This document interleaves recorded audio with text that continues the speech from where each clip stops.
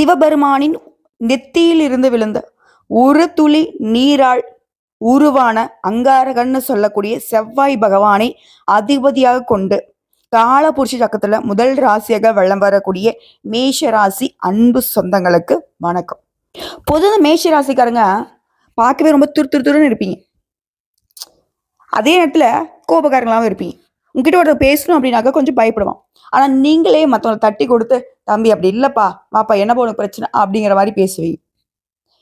இன்னும் சொல்லப்போனாக்கா மற்றவங்களை அனுசரித்து செல்வதில் மேஷ ராசி முதன்மையானவங்க, அன்பானவங்க. ஆனா இவங்களை யாரும் புரிஞ்சுக்க மாட்டாங்க.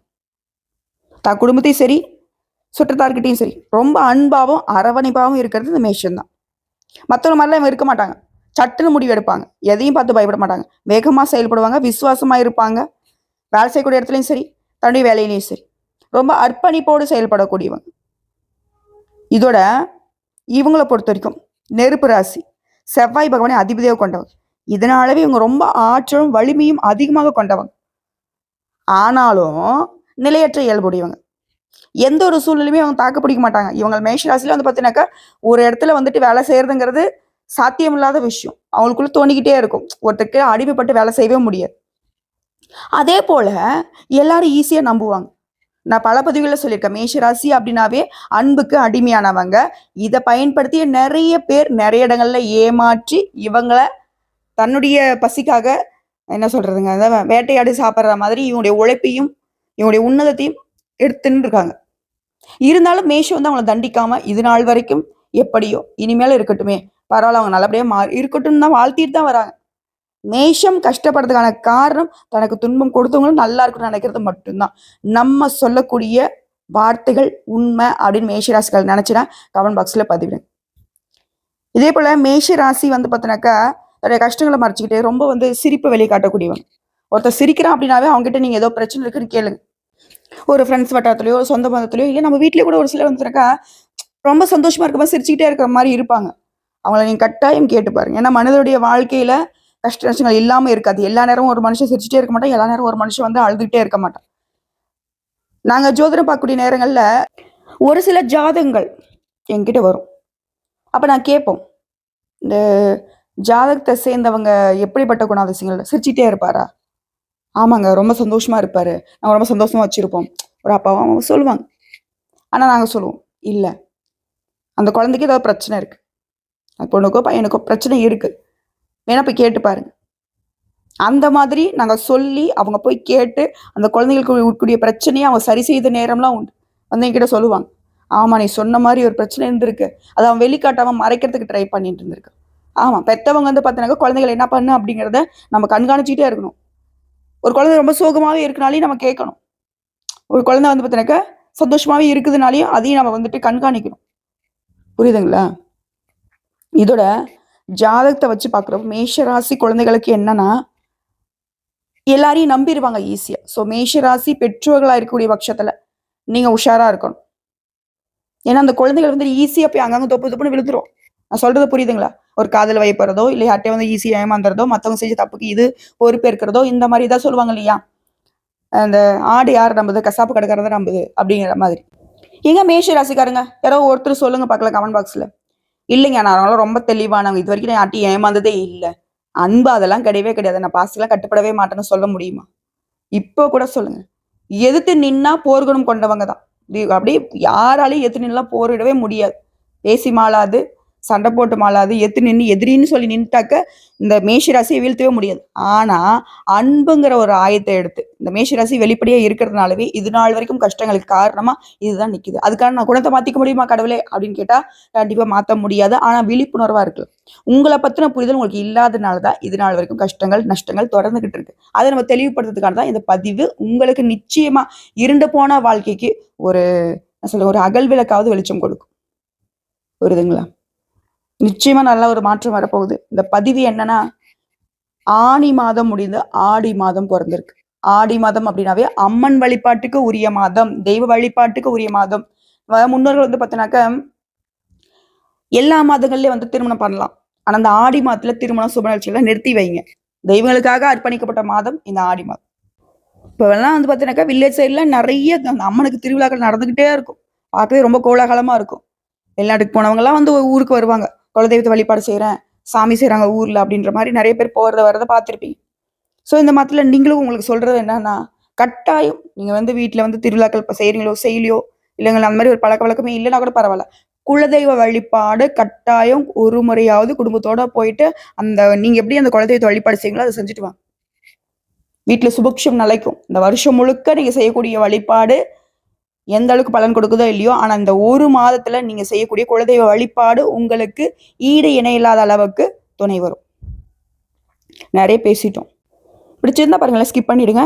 இந்த ஆடி மாதம் இதில் 15 நாள், அதில் 15 நாள், அதாவது ஜூலையும் ஆகஸ்ட், இந்த 2 மாதத்துமே உங்களுக்கு கலவையாக இருக்கு.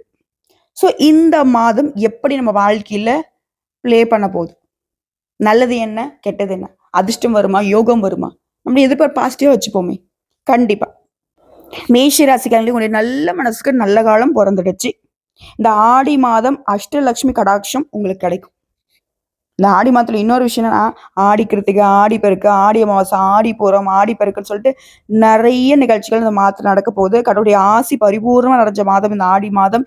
இந்த மாதத்துல எந்த அளவுக்கு நம்ம தெய்வங்களை வழிபாடு செய்யறோமோ பண்ணுங்க. இஷ்ட தெய்வமோ குலதெய்வமோ என்ன வேணா.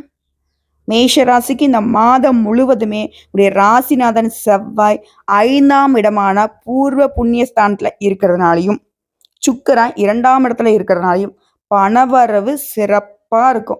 உத்தியோகமா இருக்கட்டும், தொழிலா இருக்கட்டும், என்ன துறைகள்ல நீங்க இருந்தாலும் ஏற்றம் இருக்கும். நிலம் வாங்கக்கூடிய யோகம், வீடு வாங்கக்கூடிய யோகம், சொத்து பத்துக்கள் எல்லாமே வந்து சேரக்கூடிய யோகம், ஆடை ஆபரணங்கள் சொல்லிட்டு ஒட்டு மொத்தம் மேஷராசி உயர்வை பல மடங்கு பார்க்கக்கூடிய நேரம்.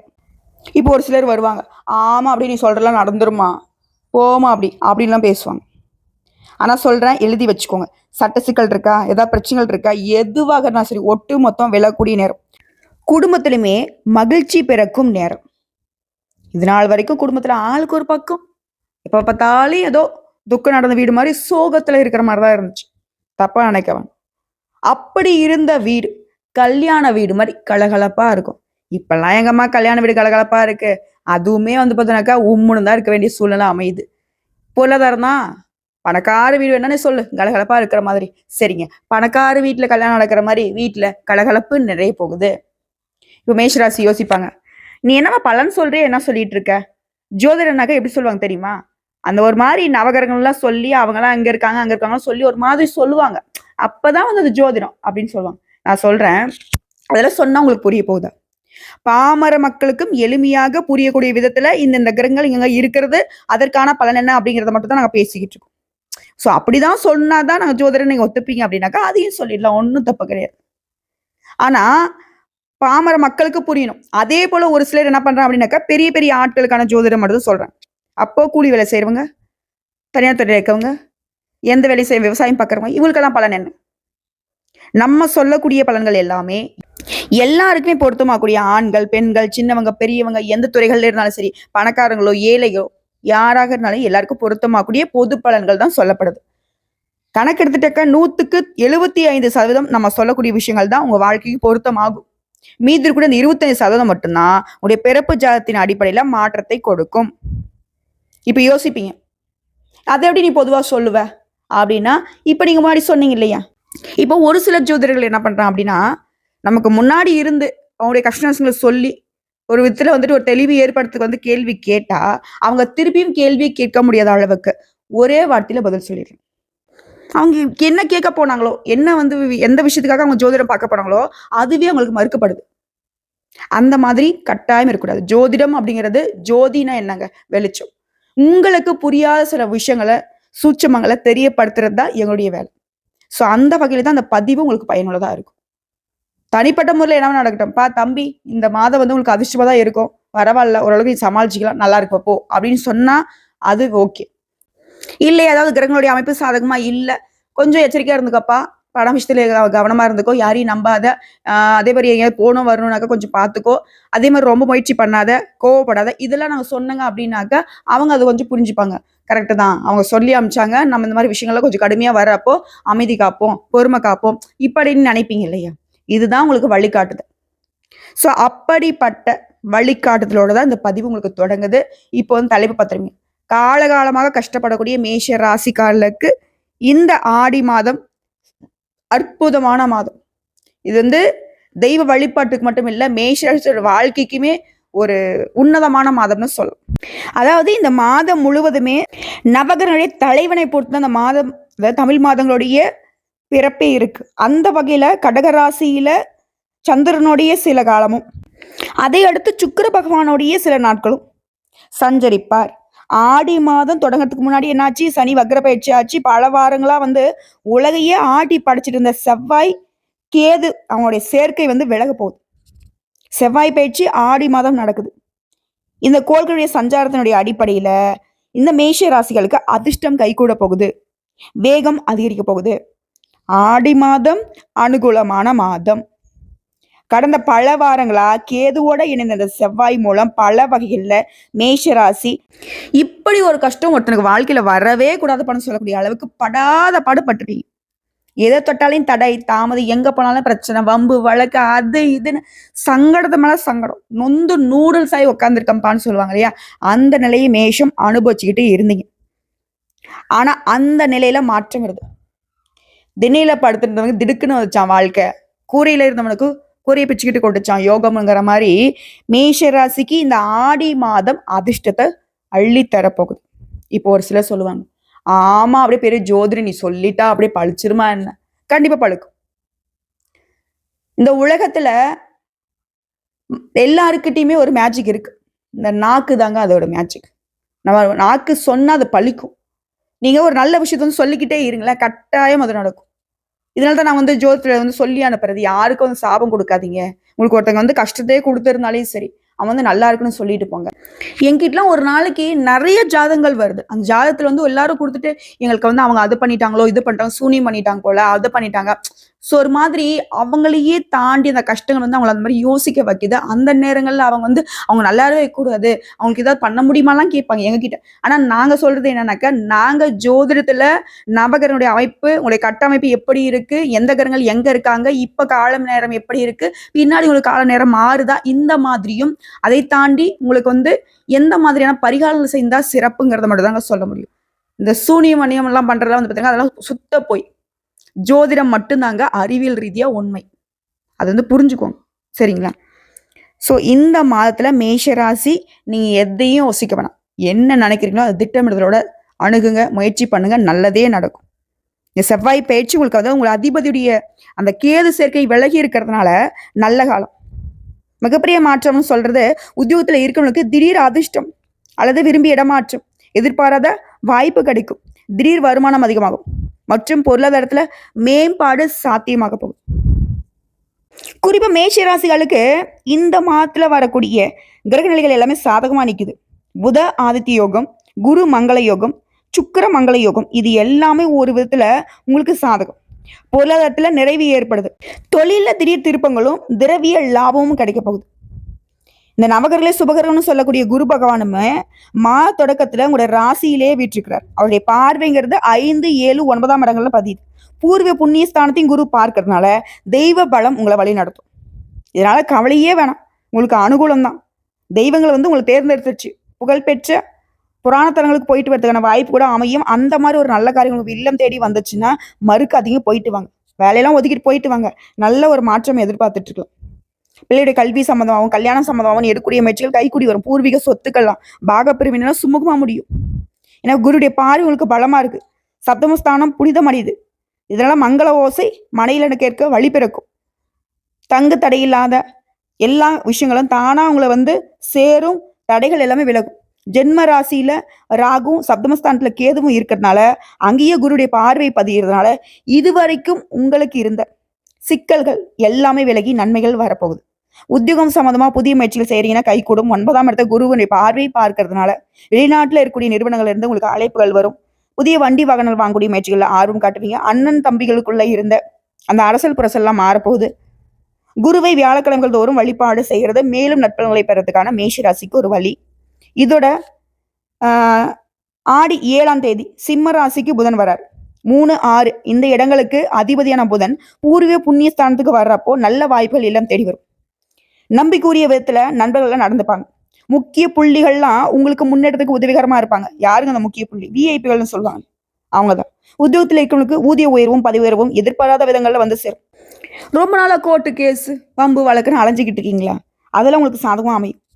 அதே போல உடல் நலம் சீராகும். மாற்று மருத்துவத்தால ஆரோக்கியம் மேம்படும். பொது வாழ்க்கையில் இருக்கிறவங்களுக்கு செல்வாக்கு அதிகமாகும். வியாபாரம் தொழில் செய்றவங்களுக்கு மாதத்துடைய பிற்பகுதியில மகிழ்ச்சி அதிகம். உத்தியோகத்தில் இருக்கிறவங்களுக்கு சந்தர்ப்பங்களால் வளர்ச்சி கூடும். கலைஞர்களுக்கு வாய்ப்புகள் தேடி வரும். மாணவ மாணவிகள் எதிர்பார்த்த இலக்கை அடைவீங்க. பெண்களுக்கு குடும்ப சுமை குறையும். ஒரு தொகை செலவழிஞ்ச பின்னாடியே வந்து மற்றொரு தொகை கடன்களில் பொருளும்.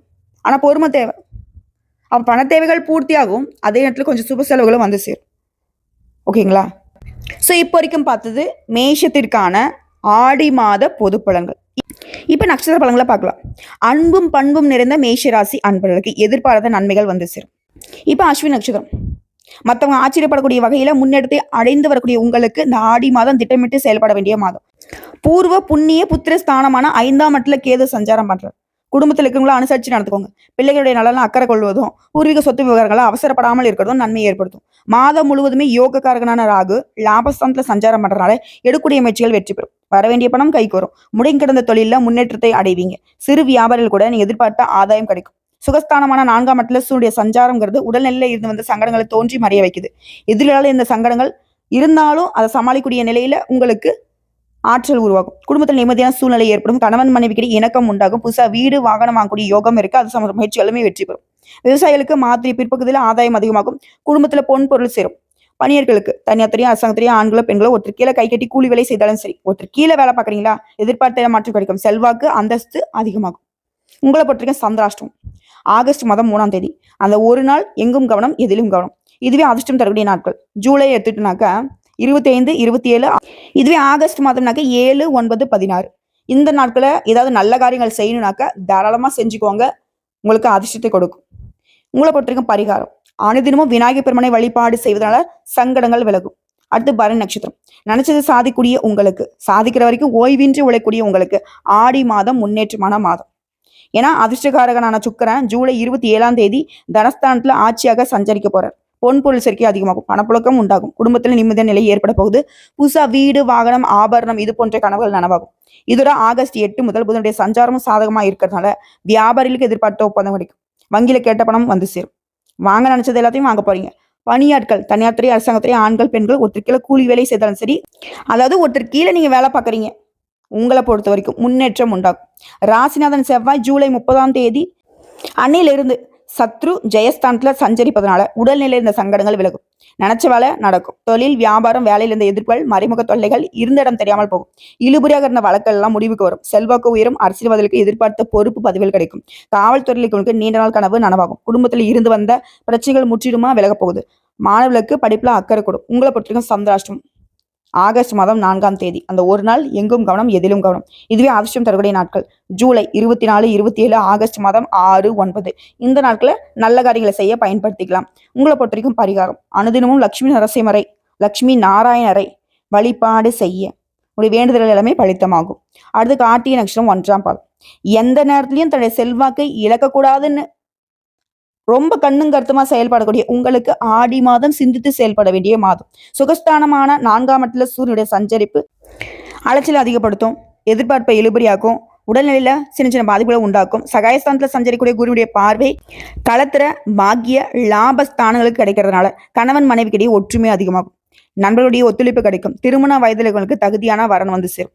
பெரிய மனுஷனுடைய தொடர்பும் ஆதரவும் ஏற்படும். இதோட குடும்பத்தோட கோயிலுக்கு போயிட்டு வருவதும் குலதெய்வ வழிபாட்டை செய்வதும் இந்த காலத்துல சாத்தியமாகும். புதுசா இடம் வாங்குறது வீடு வாங்குறது இது சம்பந்தப்பட்ட முயற்சிகள் வெற்றியாகும். செய்து வரக்கூடிய தொழில லாபம் அதிகமாகும். புதிய முயற்சிகள் முன்னேற்றத்தை உண்டாக்கும். ஜூலை 30 முதல் ராசினாருடைய சஞ்சாரம் சாதகமா இருக்கிறதுனால நினைச்ச வேலைகள் எல்லாமே நடக்கும். செல்வாக்கு உயரும். வம்பு வழக்கு அப்படி இருந்த உங்க வாழ்க்கை நிலையில மாற்றம் வரும். ஆரோக்கியம் மேம்படும். இதோட ஆகஸ்ட் 3ஆம் தேதி முதல் புதன்களுடைய சஞ்சாரமும் சாதகமா இருக்கிறதுனால பொருளாதார நிலையில உங்களுக்கு இருக்கக்கூடிய தடைகள் விலக போகுது. ஒவ்வொரு விஷயத்திலுமே புத்திசாலித்தனம் வெளிப்பட போகுது. திட்டமிட்ட வேலையை நடத்தி முடிச்சுப்பீங்க. புதிய வாகனம் நவீன சாதனங்களை வாங்குவீங்க. வெளி வட்டாரத்தில் உங்களுடைய செல்வாக்கு உயர போகுது.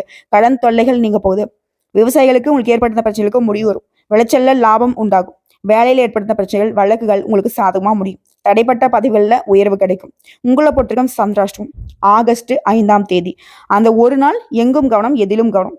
இதுவே அதிர்ஷ்டம் தரக்கூடிய நாட்கள்னு எடுத்துட்டோம்னாக்க ஜூலை 27, 28, ஆகஸ்ட் 1, 9, 10 இந்த நாட்களை உங்களுடைய நல்ல காரியங்கள் ஏதாவது செய்யணும். தாராளமாக செய்யுங்க. ஒரு சிலர் சொல்லுவீங்களா, நாங்களே எங்கெங்க போய் நேரம் காலம் பார்க்குறோன்னு சொல்லுவீங்களா, இதை வந்து குறித்து வச்சுக்கோங்க. இந்த நாட்களை செஞ்சு பாருங்க, அதிர்ஷ்டத்தை கொடுக்கும். உங்களை பொறுத்த வரைக்கும் பரிகாரம், அனுதினமும் முருகப்பெருமானை வழிபாடு செய்ய நினைத்த செயல்கள் எல்லாமே இனிமையா நடந்தேறும். இது வரைக்கும் பார்த்தது பொது பலன்கள், நட்சத்திர பலன்கள். நட்சத்திர பலன்களுக்கு உண்டான பரிகாரங்கள் பார்த்துருக்கோம். இதுல இருந்தே ஆடி மாதம் எந்த அளவுக்கு அற்புதங்களை நிகழ்த்தக்கூடிய மாதமா மேஷ ராசிக்கு வந்திருக்குங்கிறத புரிஞ்சுக்கிட்டோம். இதுல பொதுவான இன்னும் ஒரு சில பரிகாரங்கள் சொல்றேன், நோட் பண்ணிக்கோங்க. தினமும் அதிகாலையில் எழுந்து நீராடியதும், சூரியனை நமஸ்காரம் பண்றதும், ஞாயிற்றுக்கிழமைகளை ராகு காலத்துல நாகருக்கு பால் அபிஷேகமும், புதன்கிழமைகளில் பெருமாள் கோயிலுக்கு நெய் தீபம் ஏற்றுவதும் உங்களுடைய வாழ்க்கையில மாற்றத்தை கொடுத்து ஏற்றத்தை நிரந்தரமாக்கும். உங்களை பொறுத்தவரைக்கும் அதிர்ஷ்டமான எண்கள் 2, 6 இந்த எண்களை நீங்க பயன்படுத்திக்கலாம். அதே போல அதிர்ஷ்டம் தரக்கூடிய நிறம் சிகப்பு நிறம். ஸோ எப்படி பார்த்தாலும் சரி, ஒட்டு மொத்தமாக மேஷத்திற்கு நல்ல காலம் பிறந்துருச்சு. நாங்கள் சொன்ன அனைத்து வாக்குகளும் உங்களுக்கு பலித்தமாகட்டும். வாழ்க வளமுடன். இதோட என்ன துன்பம் வந்தாலும் சரிங்க, முருகனை மனசில் நினைங்க. அடுத்த செகண்ட் ஏதாவது ரூபத்தில் உங்களுக்கு உதவிங்கிறது நிச்சயமாக கிடைக்கும். ஓம் சரவண பவ.